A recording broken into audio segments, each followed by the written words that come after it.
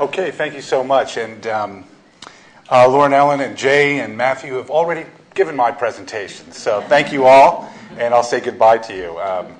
But in fact, no, I just am remarkably struck by how many of the themes that I've heard today are so close to the experience that I've had over the years working with criminal justice data and trying to do what we've been doing, which is to sort of break into and kind of intervene in a conversation, a sort of public policy conversation that had been moribund for so many years and stuck in such a rut. And that has been the conversation on crime. And really the story I'll try to tell somewhat quickly is really about ways in which we've been testing, not purposefully, but testing the limits and constraints on open data. And a lot of what we've heard today about data speaks for itself, open data is free and accessible and so on, has really a long way to go. And what the word that has come to my mind in sort of my experience, but listening now today to so many others, is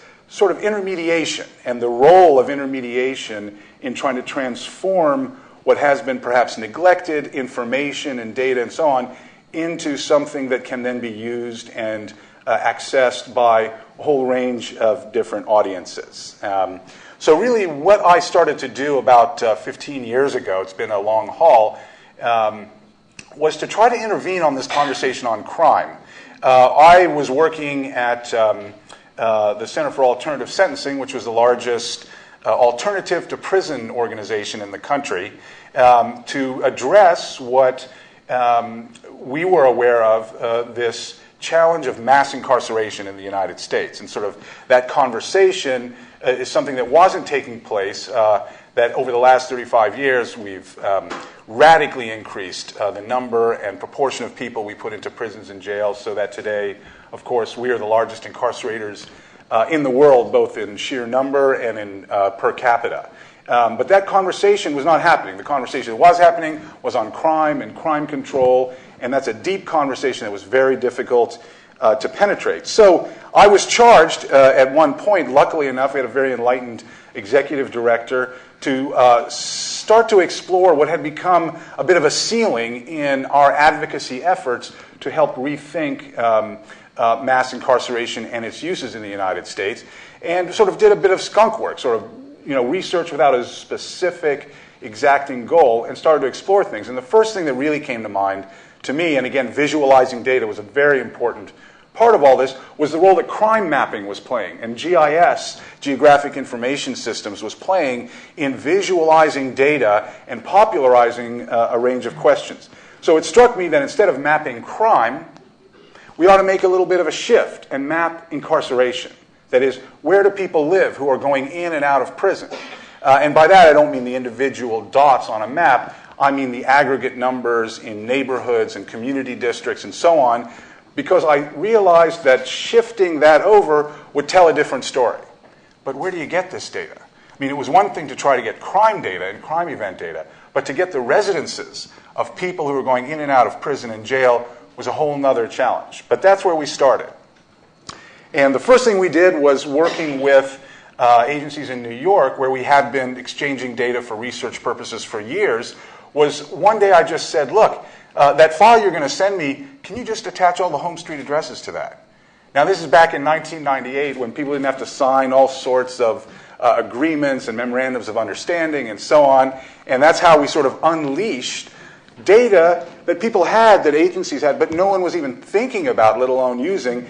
In fact, weren't thinking about to the extent that they weren't even protecting it. And now it's a much more, in fact, guarded kind of data. And that's in great part of the story that we've encountered in terms of open data and helping government rethink how to use that data. So what I've showed you up here is a quick map of people going into prison during 1 year from 2 cities by census tract, with the highest highest rates in dark red and the lightest in gray and white. And you can see how concentrated this is, and that's the story we wanted to tell. It was a story that would shift this conversation away from the polemic that we were familiar with, the get tough or being soft polemic, into one that could start from a place where this phenomenon was really having an impact, and that was at this sub-municipal community level. But that data had never been explored. There's all kinds of data about incarceration rates on the state level or judicial districts or so on, but we hadn't looked at it on the living level, the experience level. So we thought, let's use GIS to start to tell that story, and it's not a surprise. I mean, it wasn't like we were saying something that people sort of didn't know anecdotally, but the power of doing it empirically with actual government data and doing it visually, visualizing it on maps that were very compelling, that even a legislator could understand. Sorry to offend our former speakers, but that's the point. It was anybody, a researcher, legislator, could get this stuff right away. And we started to explore all sorts of interesting things here. The one thing that this map explores is it contrasts New York City incarceration rates with Houston's incarceration rates.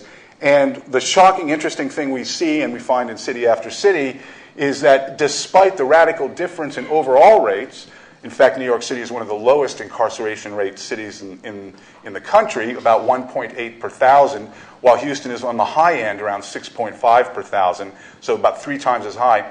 The relative distribution is exactly the same.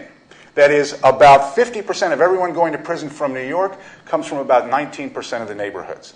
Same exact figures in Houston, and you find this in city after city after city. But it was a story that hadn't been told, and it was data that hadn't even been visualized, opened, used, etc., but needed this kind of transformation, this GIS transformation to kind of open up.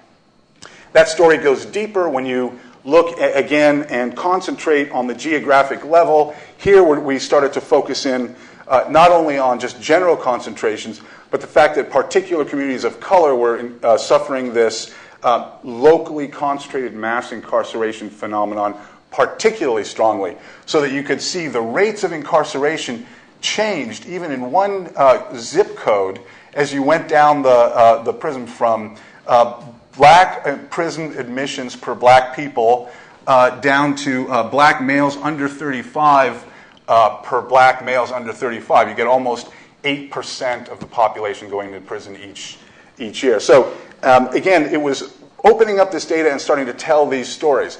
The story that really broke this open was what we called million-dollar blocks, in which we also took the data we had and said, look, we know where everyone's going to prison. We know how long they're going for. We know exactly where they're coming from. We know how much it costs per day.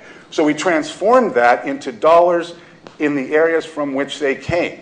That is, we now have maps of prison expenditure by neighborhood. So you can see some of the highest areas, in this case on the left, of census tracts between $2 and $6 million per year. And this is just a very, very minor conservative estimate of renting a prison cell for 2 or 3 years and watching people sort of cycle through and come back.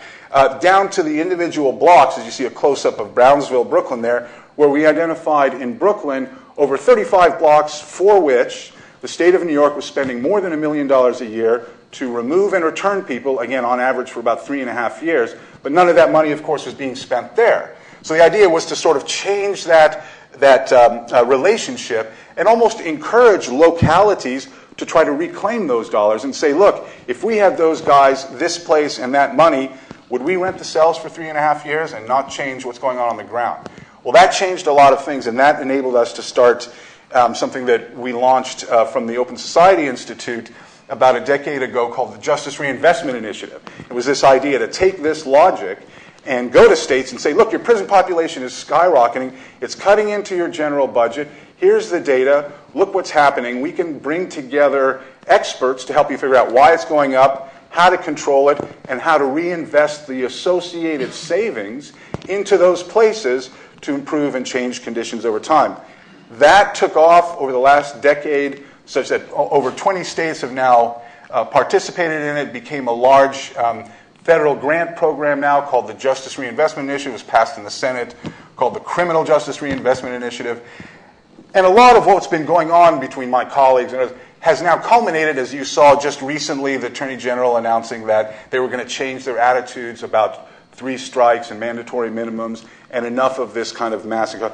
Well, it's that kind of opening up that data and trying to broker it into a kind of useful information that we focused on, and a whole lot of other ways of using that, this kind of open data to build these kinds of conversations. One of the things we started to do was not only map criminal justice and incarceration, but also map other large government programs like TANF, which is the old welfare program.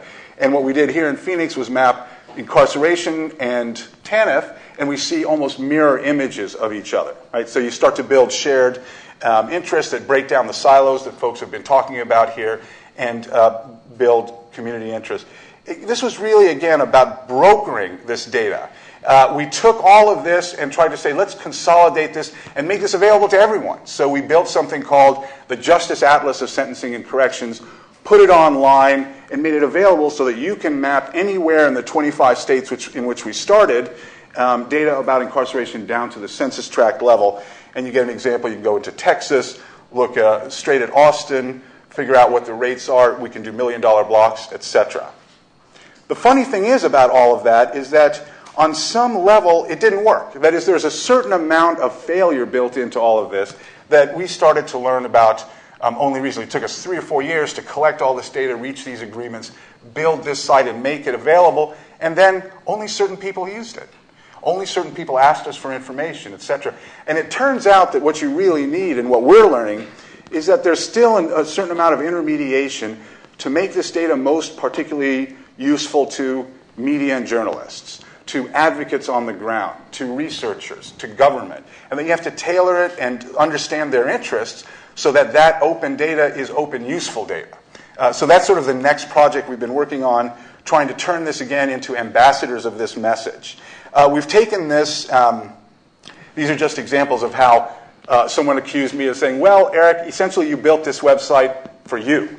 And in fact, that's what happened. I was able to use it. I can build wonderful policy narratives around 3 or 4 major issues, but it takes a lot of doing to understand how to do that from different perspectives.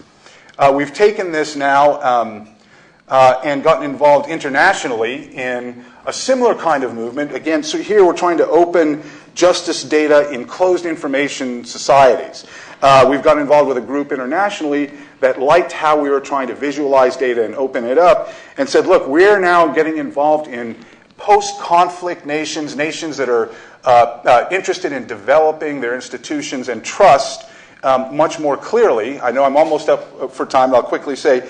And their interests are, for example, in improving the respectability, the fairness of their justice systems. So our team, we work with a team that goes into countries like Malaysia, Bangladesh, Ethiopia, and we collect justice data from arrest to sanctioning, data that no one has been using in that country, certainly has never been publicly available, bring it together in graphical and geographical ways that are now available so that they can look at it, consider it as a whole, understand how one works with the other. We look at legal defense, we look at court data, we look at prison data, etc. And now they are able to, in fact, build on this year after year so that data from one year can be compared to the next and conversations start to happen from one to the other. So really what we've seen is this transformation over time, but it's taken a decade, in all honesty, to turn this kind of buried administrative data into what we're hoping is increasingly open and useful information.